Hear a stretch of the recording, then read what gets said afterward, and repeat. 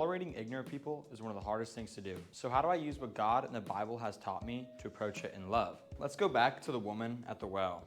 How did Jesus approach this type of ignorance or lack of knowledge? And how did he break the barriers? Well, he addresses the flaws in a kind manner. So let's see where he starts. So if you remember, Jesus is approaching the well with his disciples when he sees the woman catching water. And he asks the woman for a drink. And she says, this is within the verse, "You are Jew and I Samaritan." And so already right here, he's breaking cultural norms and barriers. But what does he do from here? You can see that the first thing he does is he takes what she knows, he uses that and redirects it to understanding. So he takes her understanding and applies it to a new way of thinking so that she can see in action, and then applies it to a higher level of speaking, or in this sense, the spiritual level of thinking. Or you can kind of view it like this. He's showing her the light and opening her eyes to it. You see, he didn't just cast it or dump this on her to make her overwhelmed or not understand, but he opened her eyes first so that she could. And so the application of this to our own lives is kind of like this: meeting people where they're at and almost coming down to their level of understanding, and then moving from there so they don't feel belittled or offended. And then